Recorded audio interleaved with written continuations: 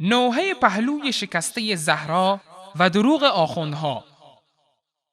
بینندگان گرامی، آخوندهای رافضی برای برانگیختن احساسات پاک مردم دروغی را اختراع کردند و آن این که عمر ابن خطاب رضی الله عنه در خانه فاطمه رضی الله عنها را شکسته و خانه را به آتش کشید که در نتیجه پهلوی فاطمه زهرا رضی الله عنها شکست و جنینی به نام محسن که در شکم داشت سقط شد. و در مقابل این سوال که امام علی رضی الله عنه که شیر خدا و فاتح خیبر و اولین فدایی در اسلام بود چرا از خود واکنشی نشان نداد؟ گاهی به دروغ میگویند به دلیل آنکه رسول الله صلی الله علیه و آله و سلم به او امر و وصیت کرده بود، و گاهی میگویند چون مخالفین در جامعه ایجاد وحشت و اختناق نموده بودند لذا امام علی رضی الله عنه نمیتوانست کاری بکند، و گاهی هم میگویند به خاطر بقا و مصلحت اسلام و اینکه فتنه‌ای برپا نشود از خود و همسر خود دفاع نکرد. به کلیپ های آخوندهای رافضی توجه نمایید. نوحه پهلوی شکسته زهرا و دروغ آخوندها. یه مرتبه امیرالمؤمنین شنیدن فاطمه از پشت در صدا میزنه یا علی به دادم برسی، به خدا عمر مرا کشت.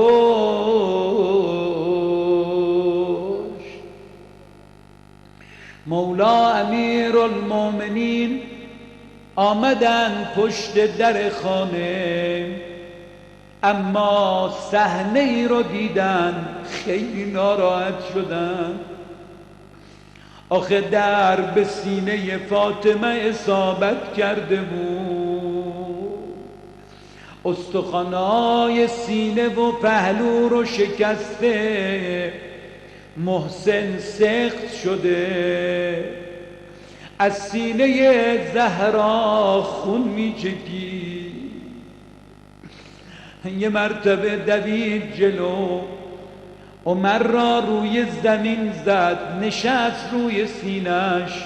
عمر اگه امر و وصیت رسول خدا نبود به تو ثابت می کردم کسی حق نداره در خانه مرا بزنه. حالا اگر شهادت با شمشیر باشه بازم مصیبت کمتره. شهادت با شکنجه بین در و دیوار با لگد چی میشه؟ باز اگر علی امیرالمومنین تو خونه نباشه باز مصیبت کمتره. یعنی یه وقته یه کسی میاد در خونه مثلا بزنه، من جسارت میکنم من نیستم، یه وقت روبرو من، روبرو امیرالمومنین، روبرو بچه ها. کاش تو قرآن الا المودة فی القربی نبود. اگر نبود اینقدر آدم دلش نمیسوخت. نمیدونم چی شد. پیغمبر یه دختری که بیشتر نداشت،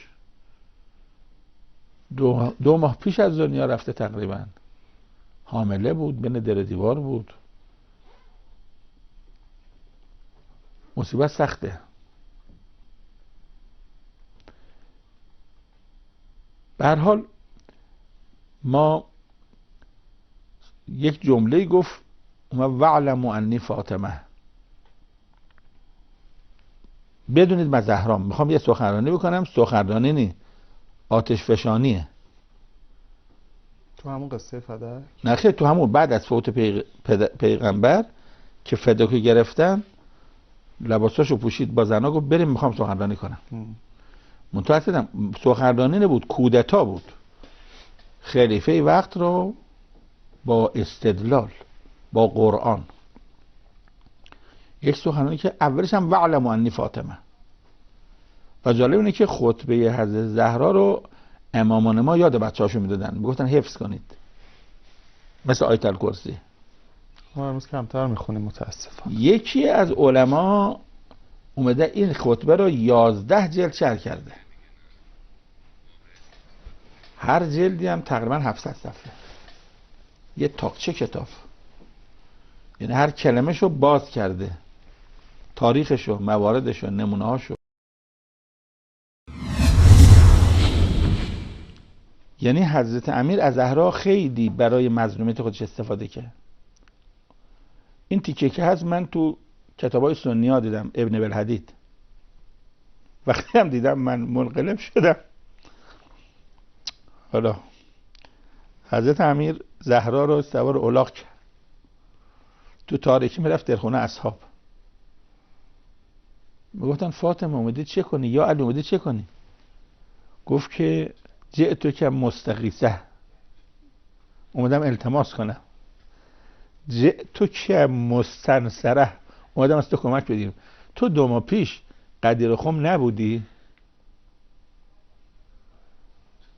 گفتن که چرا؟ ما بودیم ولی او دورا بودیم، صدا رو نشنیدیم. یعنی امیرالمومنین با 100,000 شاهد باز زنشو برداره بره در خونه ها نصف شب تو تاریکی التماس کنه. این است امام علی و فاطمه زهرا رضی الله عنهما در خزعبلات آخوندهای رافضی که به وسیله آنها تجارت نموده و مردم ساده‌لوح و مقلدان نادان خود را می‌فریبند. چه تناقضاتی! اگر امیرالمؤمنین رضی الله عنه برای بقای اسلام و وحدت مسلمانها امر به صبر شده بود و صبر نمودند، پس چرا شما شیعیان که خود را به دروغ پیرو ایشان می‌دانید صبر نمی‌کنید تا وحدت مسلمانها برهم نخورد و اینقدر داد و ویلا راه انداخته اید؟ آیا شما کاسه داغ‌تر از آش هستید؟ و اگر در آن زمان وحشت و اختناق حاکم بود و امیرالمؤمنین نتوانست از خود دفاع کند، پس این دروغ‌های بافتگی شما که فاطمه زهرا خطبه آتش فشانی داد و علی او را سوار الاغ نموده و به در خانه اصحاب برد چه معنی دارد؟ این چه وحشت و اختناقی بود که به مخالفان اجازه خطبه گفتن و تحریک مردم علیه حاکمیت داده میشد؟ و آیا امیرالمومنین علی رضی الله عنه دختر خیش ام کلثوم را به عقد نکاح قاتل همسرش و مادر دخترش در می آورد؟ و آیا نام یکی از پسرانش را عمر به نام قاتل همسرش می گذارد؟ حقیقت این است که اینها همه دروغ‌های ساختگی می باشند. نه حمله‌ای بر خانه فاطمه زهرا صورت گرفته و نه سخت جنینی و نه خطبه‌ای و نه سوار شدن بر الاغی و زدن در خانه‌های اصحاب، بلکه مسلمان‌ها من جمله امام علی رضی الله عنه با ابوبکر صدیق رضی الله عنه بیعت نمودند و همه مثل برادر زیستند و از اسلام عزیز دفاع نمودند و پرچم پر افتخار لا اله الا الله را به گوشه و کنار دنیا رساندند. بعد از فوت پیغمبر که فداکو گرفتن لباساشو پوشید با زنا گفت بریم میخوام سخنرانی کنم. منتها سخنرانی نبود، کودتا بود. خلیفه وقت رو با استدلال با قرآن. اگر محسن قرائتی بیاد به مردم راست بگوید، محسن قرائتی اگر مردم را گمراه نکند، دیگر صدا و سیما او را برنامه‌اش پخش میکنه.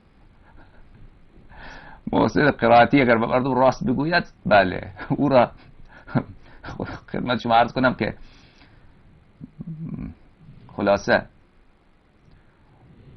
چنان داغی به فلان جاش بزنن که دیگر نتواند تا 6 ماه روی منبر بنشیند، بگه اونجا هم درد میکنه. محسن قرائتی نمیتواند به مردم راست بگوید، چون باید از دولت پول بگیره.